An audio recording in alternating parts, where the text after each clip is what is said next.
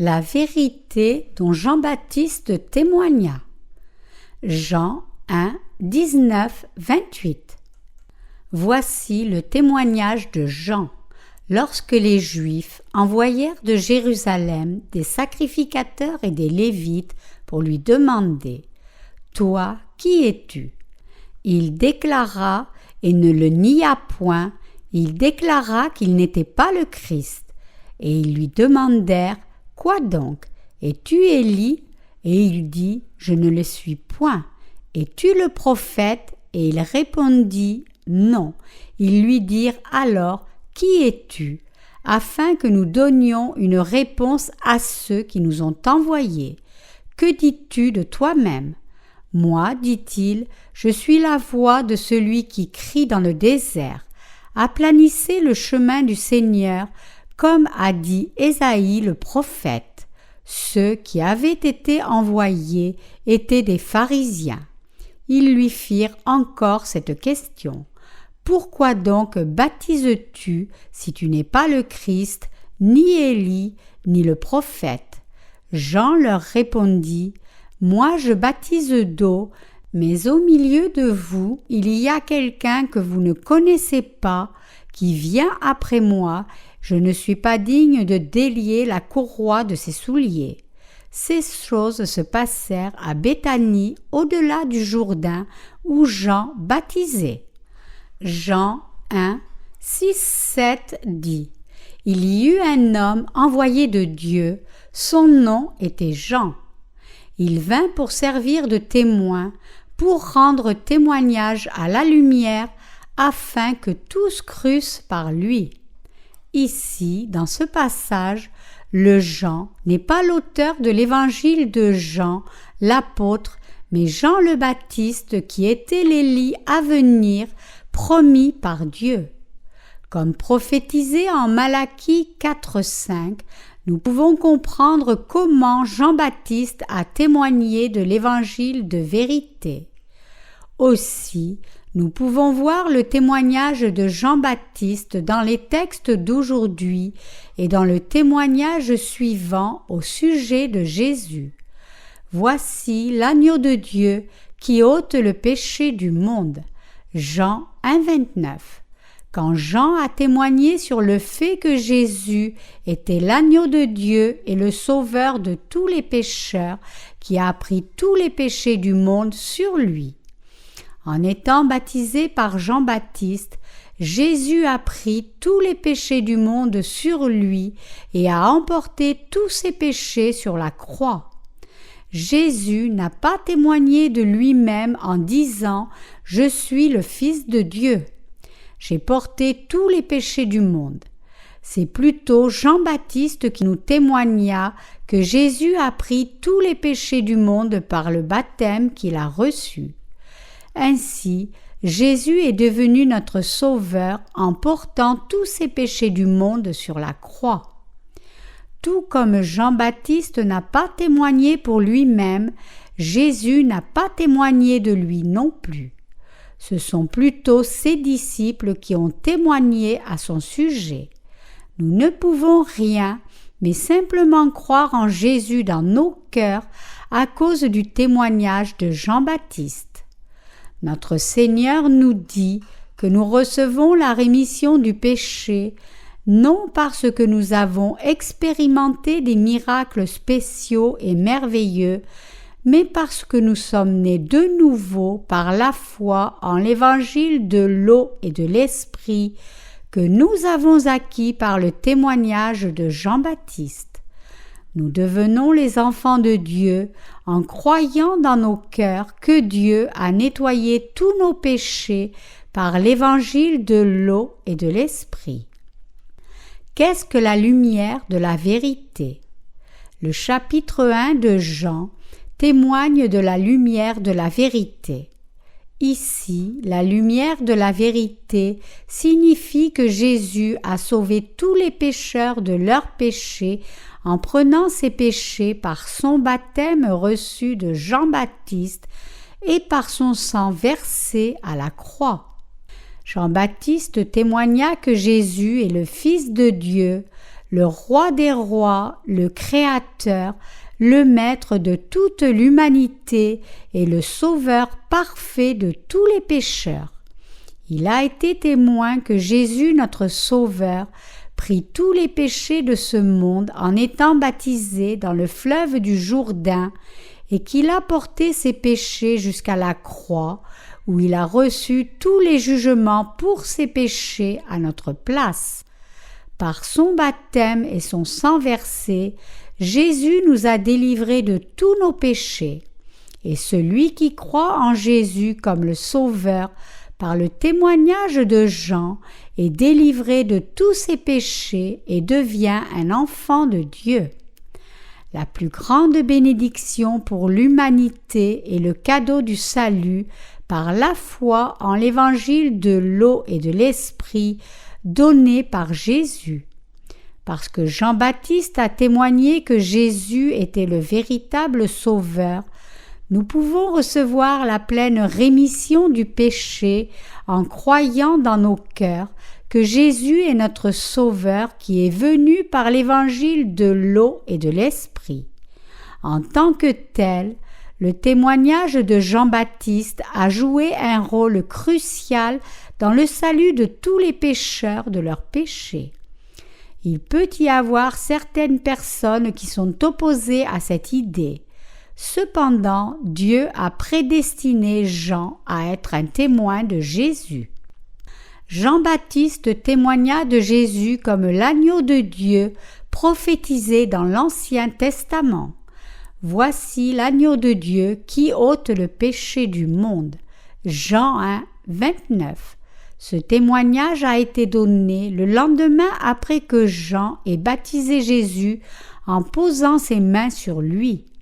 Vous devez savoir qu'Aaron, le souverain sacrificateur, devait poser ses 2 mains à la fois sur la tête d'un bouc vivant et confesser tous les péchés des Israélites devant Dieu le jour de l'expiation. Lévitique 16, 20, 21.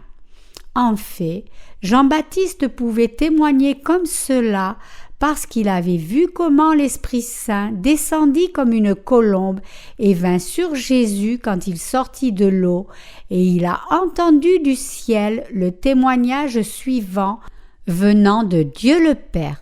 Celui-ci est mon Fils bien-aimé, en qui j'ai mis toute mon affection. Matthieu 3, 17. Nous savons cela parce que Jean-Baptiste en rend témoignage plus tard avec les mots suivants. Je ne le connaissais pas, mais c'est afin qu'il fût manifesté à Israël que je suis venu baptiser d'eau. Jean 1, 31. La raison pour laquelle Jean-Baptiste baptisa Jésus était pour témoigner que Jésus était le Sauveur de tous les pécheurs, le Fils de Dieu et l'agneau de Dieu qui prit tous nos péchés sur lui. Pour faire connaître au monde que Jésus est le Sauveur, il l'a baptisé en étendant ses mains sur la tête de Jésus dans l'eau du Jourdain. Jean-Baptiste devait baptiser Jésus. La raison pour laquelle Jean-Baptiste a baptisé Jésus était de transférer tous les péchés de tous les pécheurs sur Jésus. En d'autres termes, la raison pour laquelle Jésus a été baptisé était de prendre sur lui tous les péchés de chaque personne qui a vécu et vivra dans ce monde. Matthieu 3,13 à 3,15 dit: Alors Jésus vint de la Galilée au Jourdain vers Jean pour être baptisé par lui. Mais Jean s'y opposait en disant: C'est moi qui ai besoin d'être baptisé par toi, et tu viens à moi. Jésus lui répondit: Laisse faire maintenant, car il est convenable que nous accomplissions ainsi tout ce qui est juste. Et Jean ne lui résista plus. Tandis que Jean-Baptiste était en train de baptiser d'autres personnes, Jésus est venu inopinément au fleuve du Jourdain pour être baptisé par lui. Le voyant, Jean-Baptiste a été surpris et dit: je devrais recevoir le baptême de toi. Pourquoi alors viens-tu à moi pour être baptisé? Cependant, Jésus répondit, je dois prendre tous les péchés de toutes les personnes en recevant de toi le baptême. Ainsi, tu dois me baptiser.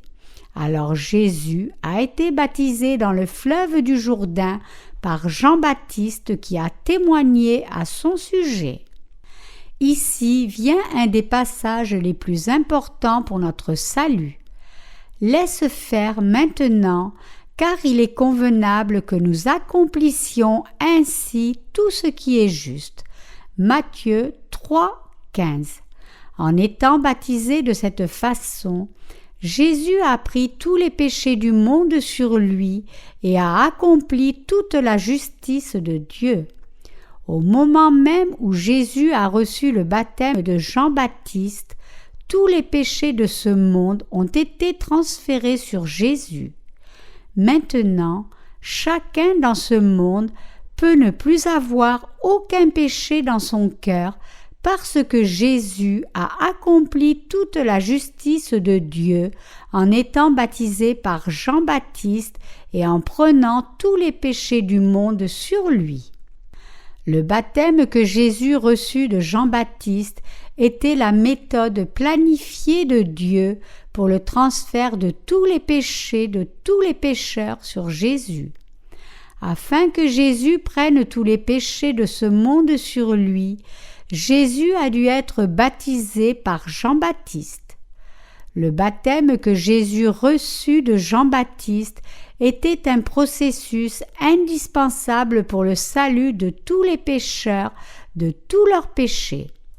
Après qu'il ait été baptisé, Jésus porta tous les péchés de ce monde pendant ces 3 années de ministère public jusqu'à ce qu'il ait reçu le jugement pour tous ses péchés sur la croix.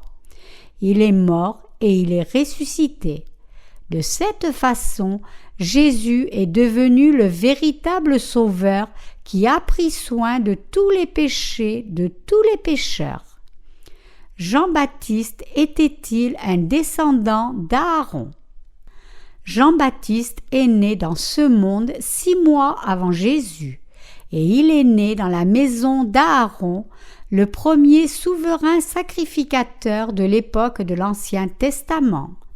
Il est donc né d'un sacrificateur appelé Zacharie de la classe d'Abia parmi les descendants d'Aaron, le souverain sacrificateur.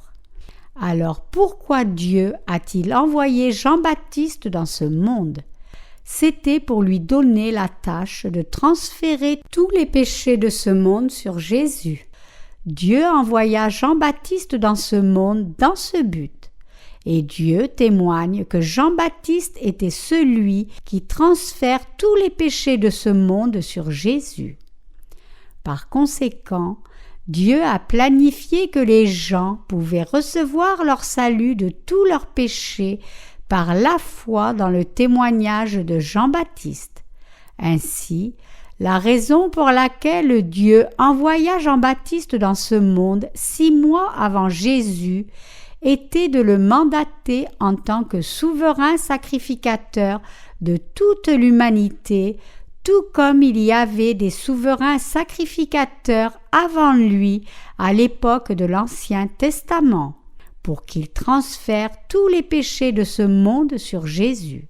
C'est-à-dire que les 2 missions de Jean-Baptiste étaient de transférer tous les péchés du monde sur Jésus et de témoigner de la vérité du salut à tous les pécheurs, disant que Jésus a porté tous leurs péchés.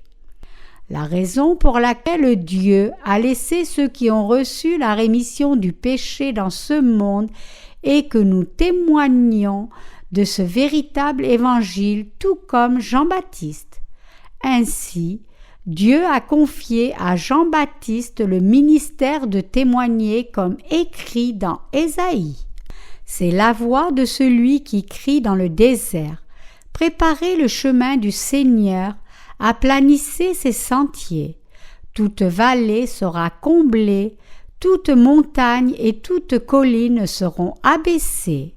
Ce qui est tortueux sera redressé, et les chemins raboteux seront aplanis, et toute chair verra le salut de Dieu.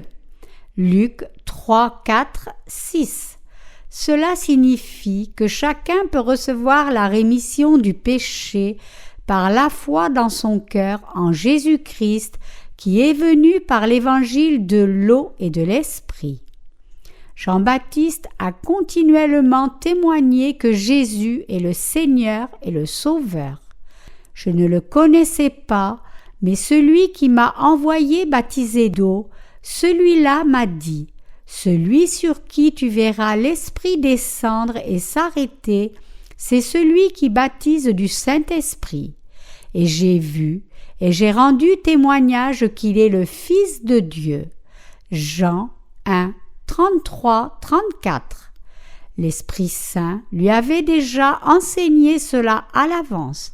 Ainsi, quand Jésus a demandé à Jean de le baptiser, Jean a reconnu qui il était et a transféré tous les péchés du monde sur Jésus. Transférer tous les péchés du monde était le but du baptême que Jésus reçut de Jean-Baptiste. Les deux sortes de baptême que Jean-Baptiste donna, celui de Jésus et celui des Israélites. Le premier objectif de Jean-Baptiste en baptisant les gens était de faire que les Israélites se repentent, se détournent des idoles et reviennent à Dieu. Mais le but du baptême qu'il a donné à Jésus est différent. C'était de nettoyer tous les péchés du monde en les transférant sur Jésus. À travers le baptême que Jésus reçut de Jean, Dieu a transféré tous les péchés du monde sur Jésus par un processus approprié et par sa justice. Il a accompli la rémission du péché pour tous les pécheurs quand Jésus a reçu le jugement de ses péchés à notre place sur la croix. Quand nous les justes recevons le baptême après réception de notre salut, nous confessons notre foi ainsi. J'ai été délivré de tous mes péchés parce que Jésus a reçu le baptême de Jean-Baptiste. Nous sommes nés de nouveau par la foi au fait que Jésus est l'agneau de Dieu qui a pris tous les péchés du monde et que Jésus a complètement éliminé tous les péchés de tous les pécheurs en les prenant par le baptême qu'il a reçu. Jésus est l'agneau de Dieu qui a pris tous les péchés du monde. Jésus est venu dans ce monde il y a environ 2000 ans, a pris tous les péchés du monde et est mort sur la croix pour effacer tous ces péchés. Quand nous mentionnons les péchés de ce monde, quelles sont les limites de ces péchés? Tous les péchés du monde se rapportent à tous les péchés du commencement de l'humanité jusqu'au dernier jour de l'humanité. Cela est pour plus de 2000 ans avant que Jésus vienne dans ce monde et tous les péchés ayant été commis jusqu'ici sont également inclus. Par le monde, nous voulons dire du tout début à la toute fin, et tous les péchés qui ont eu lieu dans l'intervalle sont tous les péchés du monde. Mes chers croyants, nous devons comprendre les mots « les péchés du monde » soigneusement. Quand Jean-Baptiste a proclamé « Voici l'agneau de Dieu qui ôte le péché du monde » Jean 1, 29. Il voulait dire « Regardez, cet agneau de Dieu, Jésus-Christ, le Fils de Dieu qui porte tous les péchés de ce monde et le Sauveur de tous les pécheurs. » Cette personne a pris tous les péchés du monde en étant baptisée par moi. En portant tous les péchés de tous les pécheurs, Jésus a complètement éliminé vos péchés. Tous les péchés de chaque pécheur dans le monde ont été complètement lavés par lui. Par ce témoignage de Jean-Baptiste, celui qui croit en Jésus-Christ comme son Sauveur peut recevoir la rémission du péché. Puisque Jésus a pris tous les péchés du monde en étant baptisé par Jean et qu'il a versé son sang sur la croix pour les expier, maintenant il nous exhorte à recevoir la rémission du péché par la foi en cette vérité. Mes chers croyants, avez-vous toujours du péché? Nous ne sommes pas sans péché parce que nous n'avons commis aucun péché ou parce que nous sommes complètement innocents. C'est plutôt parce que Jésus a pris tous les péchés du monde par son baptême. Puisque Jésus a pris tous les péchés du monde en étant baptisé par Jean-Baptiste, les croyants en cette vérité reçoivent la rémission de tous leurs péchés. Nous sommes sans péché parce que nous croyons en la vérité du salut que nous avons été rendus sans péché.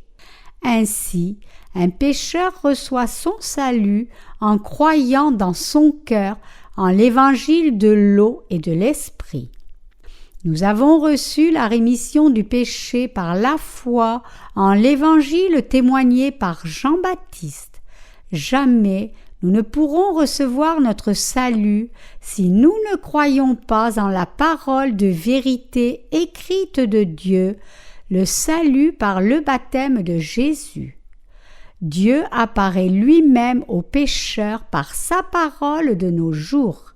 Il n'y a pas une seule personne qui a vu Dieu.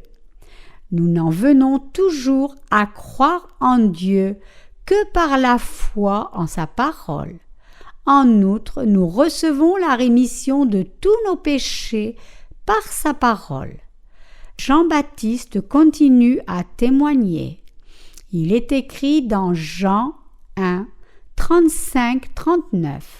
Le lendemain, Jean était encore là avec 2 de ses disciples, et, ayant regardé Jésus qui passait, il dit « Voilà l'agneau de Dieu ».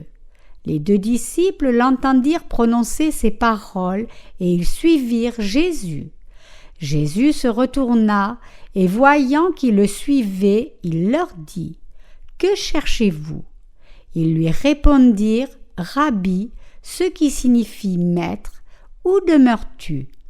Venez, leur dit-il, et voyez. Ils allèrent et ils virent où il demeurait, et ils restèrent auprès de lui ce jour-là. C'était environ la 10e heure.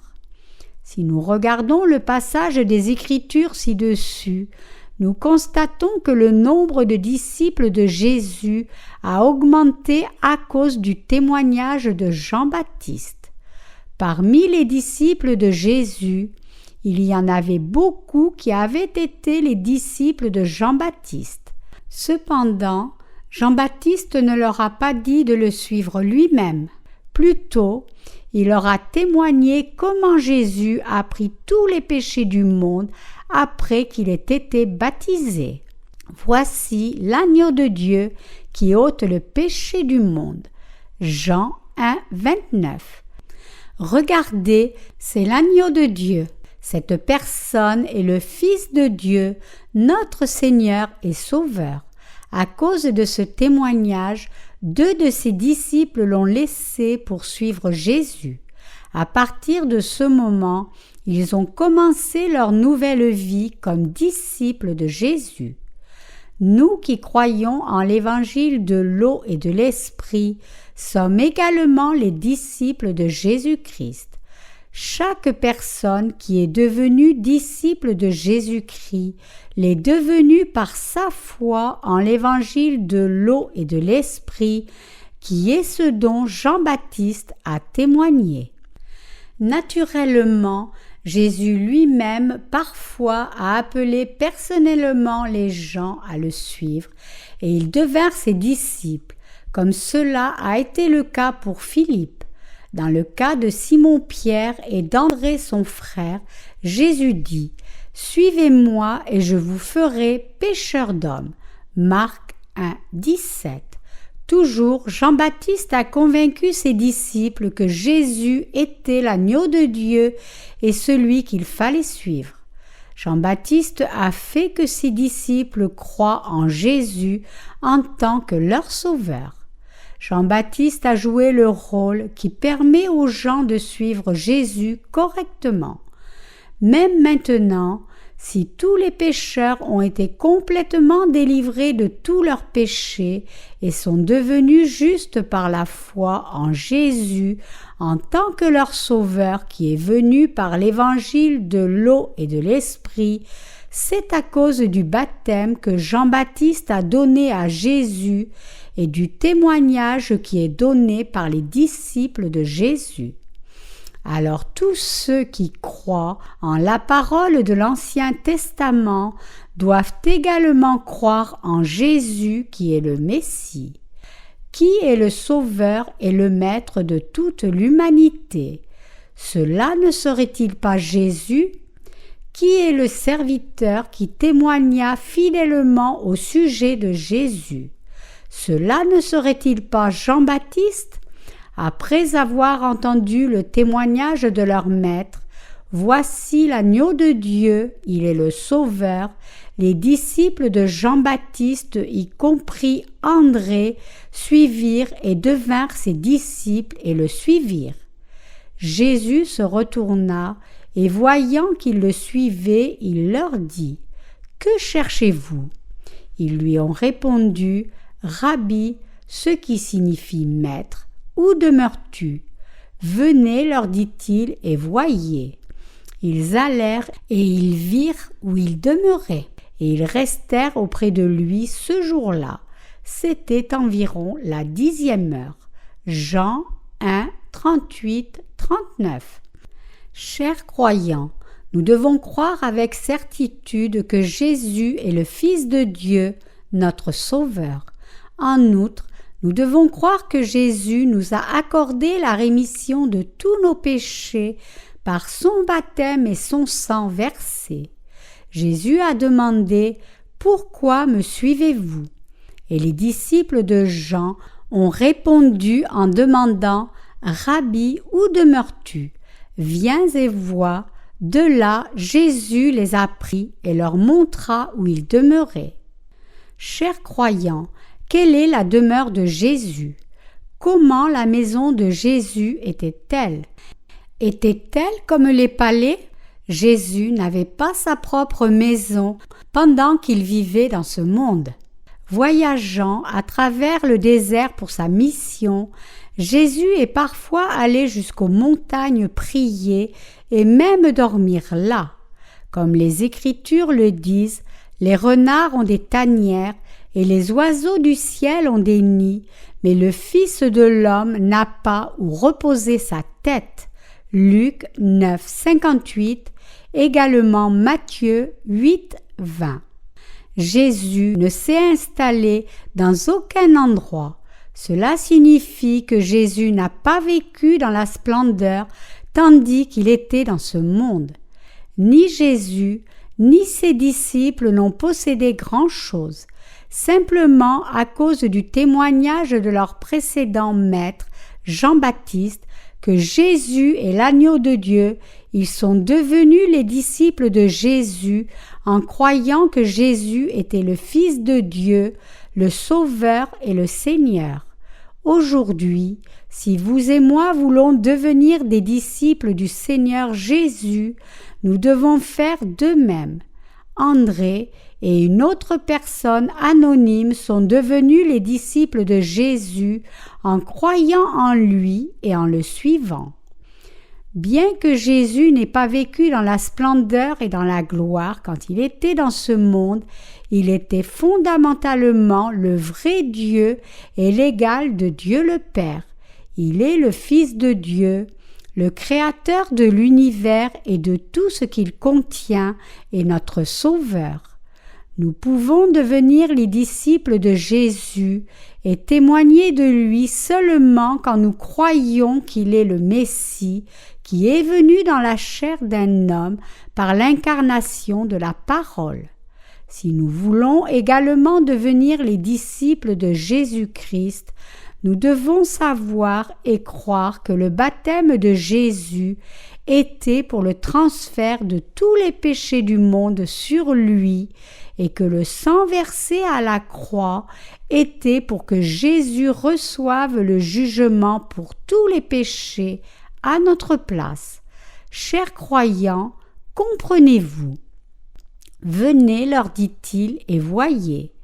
Ils allèrent et ils virent où il demeurait, et ils restèrent auprès de lui ce jour-là. C'était environ la 10e heure. Jean 1, 39. Ici, il nous est clairement dit comment un disciple de Jésus est fait.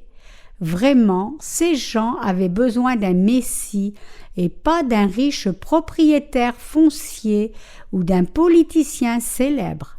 Les disciples de Jean-Baptiste attendaient le Messie et non pas une certaine gloire terrestre. Ils ont vraiment voulu recevoir la rémission du péché et entrer dans le royaume des cieux par la foi au Messie. Regardons Jean 1, 40-42 ensemble. André, frère de Simon-Pierre, était l'un des deux qui avait entendu les paroles de Jean et qui avait suivi Jésus. Ce fut lui qui rencontra le premier son frère Simon et il lui dit « Nous avons trouvé le Messie, ce qui signifie Christ, et il le conduisit vers Jésus. Jésus, l'ayant regardé, dit « Tu es Simon, fils de Jonas, tu seras appelé Céphas, ce qui signifie Pierre. » Par le témoignage d'André, son frère Pierre a pu rencontrer Jésus et il est devenu un disciple de Jésus-Christ.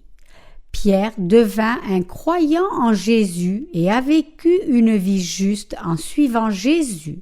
André témoigna à Pierre qu'il avait rencontré le Messie, qui se traduit Christ, que le Fils de Dieu est celui qui était prophétisé par les prophètes de l'Ancien Testament et qu'il est le Messie, notre Sauveur, qui est venu dans ce monde comme l'enfant d'une femme pour nous délivrer de tous nos péchés.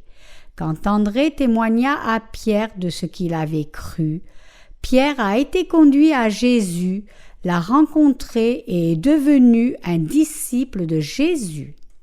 Ici, dans le passage des Écritures d'aujourd'hui, nous pouvons savoir que Jean-Baptiste a témoigné à ce sujet. Il nous enseigne également le rôle important de Jean-Baptiste pour ceux qui croient en Jésus comme leur sauveur. Si cela n'avait pas été par le témoignage de Jean-Baptiste, André et Pierre ne seraient pas devenus les disciples de Jésus. Et vous et moi n'aurions pas pu devenir ses disciples. Sans le témoignage de Jean-Baptiste, comment aurions-nous pu devenir les disciples de Jésus? Comment aurions-nous pu croire en Jésus comme notre Sauveur? L'apôtre Jean, l'auteur de l'Évangile, souligne l'importance du rôle de Jean-Baptiste et de son témoignage. Il est clair que nous tous pouvons complètement devenir les enfants de Dieu à cause du témoignage de Jean-Baptiste. Jean-Baptiste a joué un rôle important et indispensable pour la propagation de l'Évangile. Nous devons comprendre que notre rôle est identique à celui de Jean-Baptiste.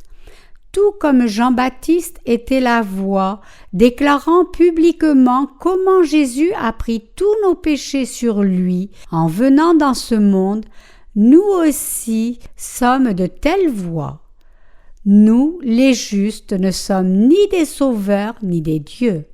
Nous, les justes, sommes plutôt les serviteurs et les disciples de Dieu, et une voix dans le désert est clairement le témoignage au sujet de Jésus-Christ. Cette voix a conduit des personnes à rencontrer la vraie vie. La Bible mentionne que ceux qui acceptent la voix, l'Évangile, de la justice reçoivent le salut et deviennent les disciples de Jésus aussi bien que les enfants de Dieu. Nous vivons les vies des disciples qui témoignent de l'évangile de l'eau et de l'esprit après avoir rencontré ce vrai évangile que Jésus le Messie nous a donné. C'est le rôle du juste. Le rôle du juste est très important aujourd'hui à notre époque. Tout comme la lumière d'un phare et la lumière de la sûreté qui mène les bateaux par des chemins sûrs dans l'obscurité, les justes deviennent les lumières du salut dans ce monde des ténèbres.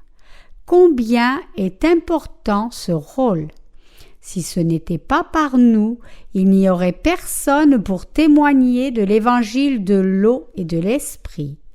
Nous devons vivre nos vies comme Jean-Baptiste et les disciples de Jésus. Mais bien-aimés, Dieu nous dit clairement ce qu'est notre rôle en tant que juste et ce qu'était le rôle de Jean-Baptiste. Dieu nous dit également que Jésus est devenu le sauveur de toute l'humanité. Tout comme Jean-Baptiste a témoigné au sujet de Jésus, nous aussi les justes devrions essayer de témoigner clairement au sujet de Jésus au lieu de chercher à se distinguer dans ce monde. Les gens peuvent croire et devenir enfants de Dieu après avoir entendu les voix des justes, mais seulement quand les justes témoignent activement de qui est Jésus, qu'il est notre Sauveur, qu'il est l'agneau de Dieu et qu'il a ôté tous les péchés du monde. C'est le rôle du juste. Nous, en tant que justes, ne devrions pas nous distinguer dans le monde, mais témoigner au sujet de Jésus. Les serviteurs et les croyants en Dieu ne doivent pas s'appuyer sur leur propre réussite. Nous sommes simplement la voix de ceux qui proclament dans le désert.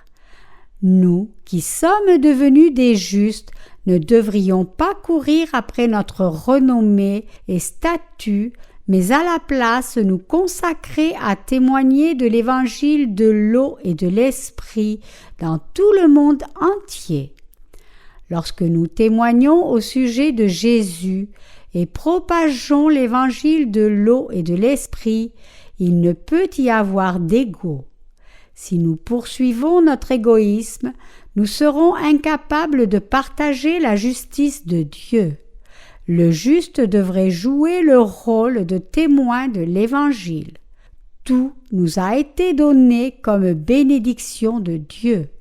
Nous avons été appelés à être responsables à nos fonctions comme témoins de l'Évangile et pour vivre le reste de nos vies en tant que disciples de Jésus. Jean-Baptiste témoigna que Jésus est le vrai Sauveur jusqu'à ce qu'il aille au ciel, après qu'il ait transféré tous les péchés du monde sur Jésus en le baptisant. Après qu'il ait conduit beaucoup de gens à Jésus, il a témoigné clairement que Jésus est notre Sauveur, et après qu'il ait dénoncé l'immoralité, il fut martyrisé. Pour Jésus-Christ, il a été temporairement une lumière qui a fait briller la lumière du salut.